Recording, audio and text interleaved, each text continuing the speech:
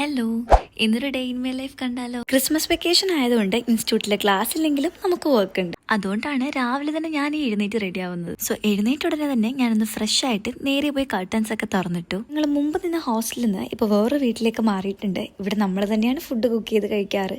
അപ്പോൾ അതുകൊണ്ട് തന്നെ രാവിലെ ഒരു ചായ ഇട്ടിട്ട് തുടങ്ങാമെന്ന് വിചാരിച്ചു. ഞങ്ങൾ ഇങ്ങോട്ട് വന്നിട്ട് ഇന്ന് ഫസ്റ്റ് ഡേ ആണ്. അതുകൊണ്ട് തന്നെ ഇവിടുത്തെ കാര്യങ്ങളായിട്ട് മുഴുവനായിട്ടൊന്ന് സെറ്റായി വരുന്നതേ ഉള്ളൂ. സോ വലിയ രീതിയിൽ കുക്കിംഗ് നമ്മൾ ഇതുവരെ സ്റ്റാർട്ട് ചെയ്തിട്ടുണ്ടായിരുന്നില്ല. ചായ ഉണ്ടാക്കാൻ ചെന്നപ്പോഴാണ് പാല് വാങ്ങാൻ ഞങ്ങൾ മറന്നുപോയി എന്നുള്ള കാര്യം ഓർമ്മ വന്നത്.